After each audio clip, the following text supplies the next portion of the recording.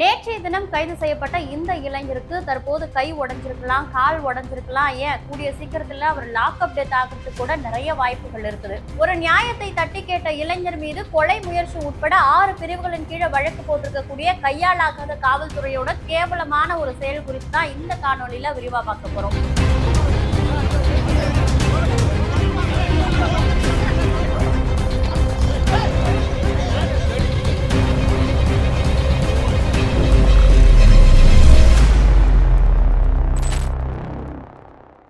வாழ்க்கையில எல்லாருக்கும் ஏதாவது ஒரு பிரச்சனை வந்துட்டே தான் இருக்கும். எல்லா பிரச்சனைக்குமே பாரம்பரிய சோழி பிரச்சனத்துல முன்னோர்கள் தீர்வு சொல்லி வச்சிருக்காங்க. பாரம்பரிய சோழி பிரசன்னம் மூலம் திருமண தடை, மங்கள தோஷம், திருமண உறவில் சிக்கல், கிடைக்காத வேலை, சுய தொழில் செய்தாலும் நஷ்டம், தீராத உடல் சிகிச்சை, அரசியல் வளர்ச்சி என அனைத்து சிக்கல்களுக்கும் எளிய பரிகாரம் மூலம் சிறந்த தீர்வு அளிக்கப்படும். இங்கு வரும் அனைவருக்கும் பகவதி உமன் அருளால் நல்ல தீர்வு கிடைக்கும். நீங்கள் ஆன்லைன் மூலமாகவோ அல்லது நேரடியாகவோ ஆலோசனை பெற உடனே திரையில் தெரியும் எண்ணை தொடர்பு கொள்ளுங்கள். திறன்பேசி நேயர்களுக்கு வணக்கம். நான் உங்கள் பவித்ரா சிவகுமார். நேற்றைய தினம், அதாவது விசிக தலைவர் தொல் திருமாவளவன் அவர்களுடைய பிறந்த நாள் விழா தமிழகம் முழுவதும் விசிகவினரால கொண்டாடப்பட்டுச்சு. இந்த பிறந்த நாள் விழாவிற்காக கள்ளக்குறிச்சியில ஒரு பிறந்தநாள் மாநாடையும், எழுச்சி தமிழர் மாநாடு அப்படின்னு அவருடைய பிறந்த நாளை பாத்தீங்கன்னா தமிழகம் முழுவதுமே எழுச்சி தமிழர் தினமா கொண்டாடிட்டு இருக்காங்க.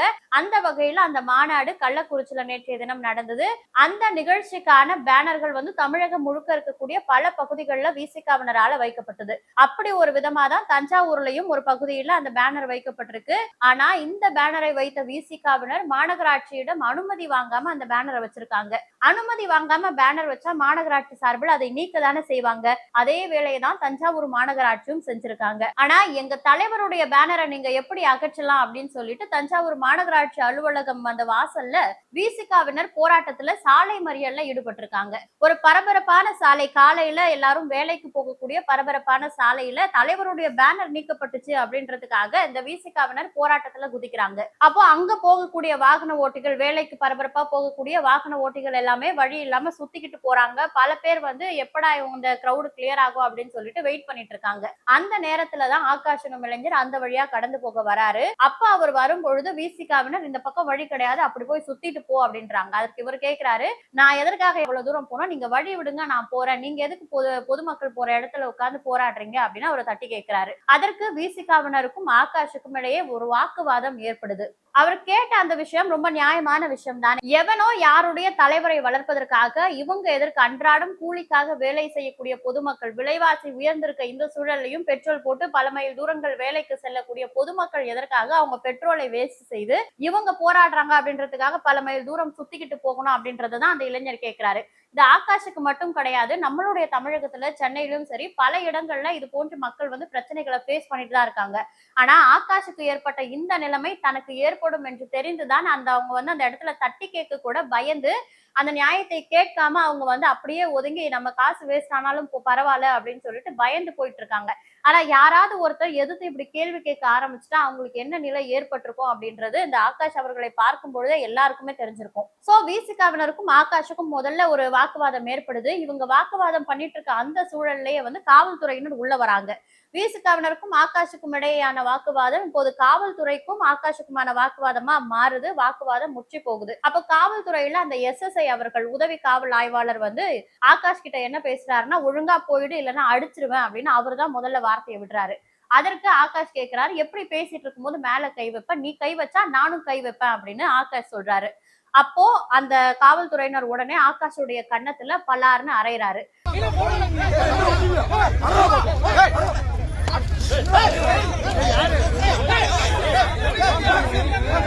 ஒரு பேசிக்கிட்டே இருக்கும்போது காவல்துறை, எந்த ஒரு காவல் அதிகாரிக்குமே ஒரு பொதுமக்களை எடுத்த உடனே அடிப்பதற்கான அதிகாரம் யாருக்குமே கிடையாது. ஆனா அதிகார துஷ்பிரயோகம் செய்யும் விதமாக அவங்க கிட்ட அதிகாரம் இருக்குன்றதுனால பொதுமக்களை இவங்க நடத்தக்கூடிய விதமே இதுதான். ஒரு விசாரணைக்காக அழைத்துட்டு போனா கூட பொதுமக்களை இவங்க பார்க்கக்கூடிய விதமும் ட்ரீட் பண்றதுமே இந்த மாதிரி இழிவாதான் இருக்கு. ஆகாஷை இவங்க கை நீட்டி அடிச்சிடுறாங்க. இவர் தாக்குதல் நடத்தியதற்காக தான் ஆகாஷ் பதில் தாக்குதல் நடத்துறாரு. ஆனா நேற்றைய தினம் ஊடகங்கள் முழுக்க என்ன போடுறாங்கன்னா, எஸ்எஸ்ஐ காவல்துறையினரை அறைந்த இளைஞர் காவல்துறையினரை தாக்கியதால் கைது செய்யப்பட்டார் அப்படின்ற மாதிரி அந்த இளைஞர் மீது குற்றம் இருப்பதை போன்றுதான் செய்திகள் சித்தரிக்கப்படுது. ஆனா முதல்ல அந்த காவல்துறை தான் அந்த இளைஞரை அடித்தாரு, பதில் தாக்குதல் அவர் நடத்தினாரு அப்படின்றது அந்த காட்சிகளை பார்க்கும்போது மட்டும்தான் நமக்கு தெரியுது. சோ அந்த இடத்துல அந்த காட்சிகளே இல்ல, அந்த வீடியோ யாருமே எடுக்கல, வீடியோ வெளிவராம இருந்ததுன்னா எல்லாருமே அந்த இளைஞர் மேல தப்பு இருக்குன்னு தானே நினைச்சிருப்பாங்க. அது மட்டும் இல்லாம அவர் அடிச்ச உடனே அவரை போலீசார் எப்படி கைது செய்தாங்க அப்படின்றத பார்க்கும் பொழுது இவ்வளவு பொதுமக்கள் மத்தியிலேயே அவர் மீது இப்படி தாக்குதல் நடத்தி நீங்க குண்டு கட்டா தூக்கிட்டு போறவங்க ஸ்டேஷன்ல போய் வச்சு அவரை என்ன பண்ணுவீங்க, எந்த மாதிரியான தாக்குதல் வன்முறை அவர் மேல நடத்தப்படும் அப்படின்றது பார்க்கும் பொழுதே நம்மளுக்கு நெஞ்சம் பதறது, பயமா இருக்கு அவருக்கு என்ன நடக்குமோ அப்படின்னு. சோ அவருக்கு என்ன நடந்துச்சு, அவர் இப்ப எப்படி இருக்காரு அப்படின்ற தகவலை காவல்துறையினர் பொதுமக்களுக்கும் இந்த சமூகத்திற்கும் தெரியப்படுத்தணும். அவரை வண்டியில ஏற்றும் பொழுதே அவருடைய வண்டியில இருந்து இறக்கி கீழே தள்ளி கழுத்தை புடிச்சு நெரிச்சு அவரை அடித்து அந்த வண்டியில ஏத்துறாங்க. அப்படியே அடித்து ஏற்றும் வண்டியில ஏற்றி கைது செய்யும் அளவிற்கு அவர் பெரிய குற்றங்கள் எதுவுமே பண்ணல. ஒரு பாலியல் குற்றவாளி கிடையாது, ஒரு கொலை குற்றவாளி கிடையாது. எனக்கு வழி விடுங்க, நான் வேலைக்கு போக டைம் ஆயிருச்சு அப்படின்னு கேட்ட ஒரு குற்றத்திற்காக அந்த இளைஞருக்கு இப்படி ஒரு நிலைமை. சரி, கைது பண்ணாங்கல்ல, கைது பண்ணிட்டு அந்த நேரம் அந்த பிரச்சனையை சால்வ் பண்ணியாச்சு. ஏன்னா அவங்க விசிகாவினர் கூட்டமா இருக்காங்க. விசிகாவினரை பொறுத்த வரைக்கும் பாத்தீங்கன்னா அவங்களுடைய தலைவர் சொல்லிட்டாரு, அடங்கமறு அத்துமீறுன்னு சொல்லிட்டாரு. அதனால அவர் சொன்னது எதற்காக அப்படின்னா, தன்னை அடக்கி ஆள நினைக்கும் உயர் சாதி வர்க்கத்தினரிடம் அடங்கமறு அத்துமீறு அப்படின்றதுதான் அந்த தலைவர் சொல்லி இருந்தாரு. ஆனா இவங்க அதை எல்லா இடத்துலயும் பொருத்தி பார்ப்பாங்க. தன்னை யாராவது நம்ம தப்பு செய்து யாராவது கேட்டா கூட அடங்கமறு அத்துமீறுதான், எல்லா இடத்துலயும் அத்துமீறக்கூடிய ஒரு செயல்களை தான் விசிகாவினர் செய்திருக்கக்கூடியதை நம்ம கடந்த காலங்களிலும் இப்பவும் பார்த்துட்டு இருக்கவே முடியுது. அதே போலதான் இவங்க கட்சி தலைவருடைய அந்த பேனர் அகற்றப்பட்டதற்கு சாலை மறியல், பொதுமக்கள் போகக்கூடிய சாலையில உட்கார்ந்து மறியல் பண்றாங்க. நான் கேட்கிறேன், இதே போல கடந்த காலங்கள்ல தூய்மை பணியாளர்கள் போராட்டம், நீட் போராட்டம், எவ்வளவு போராட்டங்கள் நடந்தது. இந்த எல்லா போராட்டமுமே சரியான அனுமதி வாங்காம நடக்குது அப்படின்னு காவல்துறையினர் அவங்களை எப்படி நீங்க கைது பண்ணி கூட்டிட்டு போனீங்க? முதல் தவறு விசிகாவினர் மாநகராட்சி ஊழியர்களிடம் அனுமதி பெறாமல் அந்த பேனரை வைத்தது. அதற்கு அவங்க மீது நீங்க தக்க நடவடிக்கை எடுக்கணும். அதையும் செய்யல. சாலை மறியல்ல பொதுமக்கள் போகக்கூடிய இடத்துல உட்கார்ந்து அனுமதியின்றி போராட்டம் நடத்துறாங்க. அட்லீஸ்ட் அதுக்காவது நீங்க அவங்களை கைது செய்திருக்கணும். ஆனா ஆளும் கட்சியோட கூட்டணியில இருக்காங்க அப்படின்ற ஒற்றை காரணத்திற்காக ஆளும் வர்க்கத்திற்கு ஆதரவாக அவங்களை கைது செய்யாம அவங்களை தட்டி கேட்ட அந்த இளைஞர் தனியா மாட்டிக்கிட்டாரு அப்படின்னு அவரை கைது செய்து அவர் மேல கொலை முயற்சி உட்பட 6 பிரிவுகளின் கீழே வழக்கு போட்டிருக்கீங்க. கொலை முயற்சியா அவர் அந்த இடத்துல என்ன பண்ணாரு? இந்த காட்சிகளை பார்க்கக்கூடிய எல்லாருக்குமே தெரியும் அவர் என்ன பேசினாரு, போலீசார் எப்படி நடந்துகிட்டாங்கன்றது தெரியும். இதெல்லாம் யாரு கொலை முயற்சி பண்ணாங்க? கழுத்தை பிடித்து நெரித்ததும் அந்த இளைஞரை அடித்து குண்டு கட்டாக தூக்கி சென்றதும் தான் கொலை முயற்சி. போலீசார் மீது தான் கொலை முயற்சி வழக்கு போடணும். ஆனா இதுல அந்த இளைஞர் மீது வழக்கு பதிவு செய்திருக்காங்க 6 பிரிவுகளின் கீழே கொலை முயற்சி வழக்கு. அதுவும் இப்ப இந்த இடத்துல இவர் ஒரு பிரச்சனை பண்றாருன்னா அந்த பிரச்சனைக்காக வழக்குகளை தான் போடணும். பொய் வழக்குகளை போட்டு போலீசார் அவரை கைது செய்திருக்காங்க. இந்த வழக்கு குறித்து நம்ம பார்க்கும்பொழுது 10 ஆண்டுகள் அந்த இளைஞர் சிறையில இருந்து வெளியே வர முடியாது. நான் பெயிலபிள் அஃபென்ஸ் சொல்லப்படுற அவருக்கு பெயில் கிடைக்காத ஒரு குற்றத்துலதான் அவரை வழக்கு பதிவு செய்து கைது செய்திருக்காங்க. அதுவும் இல்லாம இந்த தாக்கப்பட்ட போலீசார் அவருடைய உடம்புல காயங்கள் இருக்கு அப்படின்னு கோர்ட்ல சொன்னாரு, அவர் உடம்புல ஏதாவது காயம் இருப்பதை போன்று அவர் ஏதாவது வாக்குமூலம் கொடுத்துட்டாரு அப்படின்னா அந்த இளைஞருக்கு ஆயுள் தண்டனை வரை கிடைப்பதற்கான வாய்ப்பு இருக்கு. ஒரு வேலைக்கு போறதுக்கு வழி விடுங்கன்னு கேட்டதுக்கா இந்த இளைஞருக்கு ஆயுள் தண்டனை வரை போகணும் அப்படின்னு ஒரு கேள்வி எழுதல. கடந்த காலங்கள்ல லாக்டவுன் டைம்ல சாத்தான் குளத்துல பென்னிக்ஸ் ஜெயராஜ் அப்படின்ற தந்தை மகன் போலீசாரை எதிர்த்து பேசினாங்க, கடையை மூடுறேன்னு சொல்லிட்டு போலீசாரை எதிர்த்து பேசினாங்க அப்படின்றதுக்காகவே கைது செய்யப்பட்டு போன விசாரணைக்கு சென்று அவங்க கைது கூட செய்யல. விசாரணைக்காக போன அவங்க போலீசாரை எதிர்த்து பேசினாங்க அப்படின்றதுக்காகவே அவங்களுக்கு என்ன நிலைமை ஏற்பட்டது, அஜித்குமாருக்கு ஏற்பட்ட நிலைமை என்ன அப்படின்றதெல்லாம் எல்லாருக்குமே தெரியும். அப்போ ஆகாஷ் இந்த போலீசாரை அடித்திருக்காரு. அப்போ ஆகாஷோட உயிருக்கு ஏதாவது நேர்ந்தாலோ, கை கால் முறிந்தாலோ அல்லது லாக்அப் டெத் ஆனாலோ அதற்கு முழுக்க முழுக்க பொறுப்பேற்க வேண்டியது தமிழக காவல்துறை தான். அது மட்டும் இல்லாம தமிழக காவல்துறைக்கு இந்த அரசாங்கம் கொடுத்திருக்கக்கூடிய இவ்வளவு அதிகாரம் எதற்காக உங்க காவல்துறை கையில கொடுக்கப்பட்டுச்சு? தமிழகத்துல சட்ட ஒழுங்கு ரொம்ப சீர்கேட்டு இருக்குது, பாலியல் குற்றங்கள் அதிகரிச்சிருக்கு, கொலை முயற்சிகள் அதிகரித்திருக்கு. அதை கட்டுப்படுத்துவதற்காக தான் காவல்துறைக்கு இப்படி ஒரு அதிகாரத்தை தமிழக முதல்வர் கொடுத்திருக்காரு. ஆனா அந்த அதிகாரத்தை குற்றங்கள் நடத்தும் இடத்துல நீங்க பிரயோகப்படுத்தாம இது போன்ற பொதுமக்கள் ஏதாவது தட்டி கேட்கும் பொழுது ஆளும் கட்சியை எதிர்த்தும் அதிகார வர்க்கத்தை நோக்கியும் கேள்வி எழுப்ப கையாளாகாத காவல்துறை பொதுமக்கள் மத்தியில நீங்க அந்த அதிகாரத்தை எதற்காக பிரயோகப்படுத்துறீங்க? இப்படி பண்ணிட்டு அவர் அடிக்கும் பொழுதே தெரியுது முதல் தாக்குதல் பண்ணதே காவல்துறை தான்.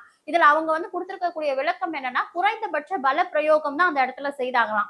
எடுத்த உடனே அடிக்கிறதாங்க உங்க காவல்துறையோட பல பிரயோகம், குறைந்தபட்ச பல பிரயோகம். இதுவே ஆகாஷுக்கு பதில் அந்த இடத்துல கார்ல ஏதோ ஒரு தொழிலதிபர் பெரிய இடத்துல இருக்கக்கூடியவர் வந்தாருன்னா, அவர்கிட்ட நீங்க ஆகாஷ் கிட்ட நடந்ததை போல இந்த காவல்துறையினர் நடந்திருப்பாங்களா? ஒரு காவல்துறை அப்படின்றது வந்து பொதுமக்களுக்கு காவல் அரணாதான் இருக்கணும். அதை தாண்டி அதிகார வர்க்கத்திற்கும் பணம் படைத்தவர்களுக்கும் வசதி படைத்தவர்களுக்கும் அவங்க ஆதரவா இருக்கக்கூடாது. ஒரு டூ வீலர்ல வரவங்களையோ ஒரு ஆட்டோல வரவங்களையோ நீங்க வந்து கேவலமா ஏளனமா பேசி அடிக்கக்கூடிய காவல்துறை, ஆகாஷுக்கு பதில் அந்த இடத்துல கார்ல யாராவது வந்திருந்தா நிச்சயமா அவங்களுக்கு சல்யூட் அடித்து தோ கிளியர் பண்ணிடுறேன் சார், முடிஞ்சிச்சு முடிஞ்சிச்சு, நீங்க கொஞ்ச நேரம் வெயிட் பண்ணுங்க, முடிஞ்சிச்சு அப்படின்னு அவங்களுக்கு நிச்சயமா கீழிறங்கி போய் தான் பேசியிருப்பீங்க. இதுல முக்கியமான விஷயம் என்னன்னா, ஆகாஷ் மீது வந்து கடந்த ஆண்டுகள்ல வந்து ஒரு வழக்கு, ஒரு பெண்ணை தாக்கிய வழக்கு வந்து வேற நிலுவையில இருக்கு அப்படின்ற ஒரு விளக்கத்தை காவல்துறையினர் கொடுத்திருக்காங்க. அப்படி ஒரு வழக்கு நிலுவையில இருக்கு அப்படின்னா, அந்த நிலுவையில வழக்கு இருக்கும்பொழுது குற்றவாளி இவ்வளவு சுதந்திரமா வேலைக்கு போயிட்டு வர அளவுக்கு அந்த குற்றவாளியை நடமாட விட்டது காவல்துறையோட தவறா இல்லையா? காவல்துறை இந்த லட்சணத்துல செயல்பட்டு இருக்காங்க. அவர் குற்றவாளியாவே இருந்தா கூட அவர் இவ்வளவு சுதந்திரமாக வெளியில வந்து பணிக்கு போயிட்டு திரும்பும் அளவிற்கு நடமாடிட்டு இருக்காரு. ஒரு பெண்ணை தாக்கிய ஒரு வழக்கு வந்து நிலுவையில இருக்குன்னா நிச்சயமா நீங்க அவரை கைது செய்து இப்ப அப்பவே நீங்க சிறையில் அடைத்திருந்தா இப்போ அவர் வந்து ஒரு போலீசாரை தாக்கும் அளவிற்கு இருந்திருக்க மாட்டாருல்ல. சோ இவங்க சொல்லக்கூடிய இந்த தகவலை எந்த அளவுக்கு உண்மை அப்படின்றது தெரியல. சோ எதுவாக இருந்தாலும் இந்த விஷயத்துல தமிழக காவல்துறை அந்த அந்த ஆகாஷை அடித்த காவலர் மீதும், ஆகாஷ் மீது எந்த அளவுக்கு நடவடிக்கை எடுக்கப்பட்டதோ அந்த அளவுக்கு நடவடிக்கை அந்த ஆகாஷை அறைந்த காவலர் மீதும் எடுக்கப்பட வேண்டும். இது வந்து தாவேகா அரசுக்கு ஒரு மிகப்பெரிய பின்னடைவை ஏற்படுத்தக்கூடிய கரும்புள்ளி விஷயமா தான் நான் பார்ப்பேன். இந்த இளைஞருக்கு ஏதாவது நேர்ந்தாலோ, காவல்துறையால் அவருக்கு ஒரு பாதிப்பு ஏற்பட்டாலோ தாவேகா அரசு இதற்கு முழு பொறுப்பேற்க வேண்டும் அப்படின்னு தான் நான் சொல்லுவேன். எதனாலனா, உங்களுடைய கூட்டணி கட்சியில விசிகவினர் இருப்பதனாலதான் அவங்களை எதிர்த்து காவல்துறையும் எதுவும் செய்ய முடியாம இப்படி ஒரு சூழல் ஏற்பட்டிருக்கு. சோ அஜித்குமார் அவர்கள் லாக்அப் டெத் ஆனப்போ விஜய் அவர்கள் அவர் வீட்டுக்கு போய் ஆறுதல், அவங்க அம்மாவிற்கு நேரில் ஆறுதல் சொல்லியிருந்தாரு. அதுக்கப்புறம் போராட்டங்கள்லாம் நடத்தியிருந்தாரு காவல்துறையை எதிர்த்து. தற்போது ஆகாஷுக்கும் அதே மாதிரி ஒரு நிலை வந்ததுக்கு அப்புறமா தான் இந்த விஷயத்துல நான் தலையிடுவேன் அப்படின்னு இல்லாம, இப்போவே இந்த விஷயத்துல தவறு செய்த காவல்துறை மீது விரைந்து நடவடிக்கை எடுப்பதே இந்த ஆட்சிக்கு ஒரு சிறந்த உதாரணமா அமையும் அப்படின்னு நான் நினைக்கிறேன். ஏன்னா ஊழலை ஒழிக்கிறது, கடந்த காலங்கள்ல ஊழல் செய்தவர்கள் மீதான விசாரணை அப்படின்னு சொல்லிட்டு நிறைய விஷயங்களை முற்போக்குத்தனமா இந்த அரசு முன்னெடுத்திருந்தாலும் காவல்துறையோட இது போன்ற செயல்கள் உங்க அரசுக்கு ஒரு கரும்புள்ளியை ஏற்படுத்த விடாமல் இந்த விஷயத்துல தமிழக முதல்வர் விரைந்து நடவடிக்கை எடுக்கணும். விசிக தலைவர் தொல் திருமாவளவன் அவர்களும் அவர்களுடைய தொண்டர்களை நல்வழிப்படுத்தணும், ஒரு அரசியல் பண்படுத்தணும் அப்படின்றது என்னுடைய வேண்டுகோளா இருக்கு. அதாவது விஜய் அவர்கள் முதல் மாநாடு விக்கிரவண்டி சாலையில போடும் பொழுது வந்து எவ்வளவு விமர்சனங்கள், தொண்டர்கள் பக்குவப்படுத்தப்படல, இன்னும் ரசிகர்களா இருக்காங்க, தற்கூரி அணில் கூட்டம்னு எவ்வளவு விஷயங்கள் அவங்கள பேசுனீங்க. ஆனா நீங்க பக்குவப்படுத்தப்பட்ட பண்படுத்தப்பட்ட ஒரு அரசியல் கட்சியின் தொண்டர்களா இருக்கக்கூடியவங்க இது போன்று பொதுமக்களுக்கு ஒரு இடையூறு ஏற்படுத்தாம, பொதுமக்களுக்கு இடைஞ்சல் இல்லாம எப்படி உங்களுடைய அரசியலை வளர்ப்பது அப்படின்றத நீங்க உங்களுடைய தொண்டருக்கு சொல்லி கொடுக்கணும். அடங்க மீறு அத்துமீறுன்றத எந்த இடத்துல பிரயோகப்படுத்தணும் அப்படின்றதையும் இந்த தலைவர் அந்த தொண்டர்களுக்கு சொல்லி கொடுக்கலன்னா விசிகவினரால இது போன்ற சமூக சீர்கேடுகள் இன்னும் வருங்காலத்தில் அதிகரிக்கும் அப்படின்றது மறுக்க முடியாத ஒரு உண்மை. சோ ஆகாஷுக்கு ஏற்பட்ட இந்த அநீதி குறித்து எனக்கு தெரிந்த பல விஷயங்களை உங்க கூட பகிர்ந்துகிட்டேன். இதே போன்ற ஒரு விஷயம் பற்றி இதுக்கப்புறம் பேசவே கூடாது. ஆகாஷோட நிலைமை இதுக்கப்புறம் யாருக்குமே ஏற்படக்கூடாது. மற்றும் ஒரு பதிவில் உங்களை சந்திக்கிறேன். அதுவரை உங்களிடமிருந்து விடைபெறுவது பவித்ரா சிவகுமார். வாழ்க்கையில எல்லாருக்கும் ஏதாவது ஒரு பிரச்சனை வந்துட்டே தான் இருக்கும். எல்லா பிரச்சனைக்குமே பாரம்பரிய சோழி பிரச்சனத்துல முன்னோர்கள் தீர்வு சொல்லி வச்சிருக்காங்க.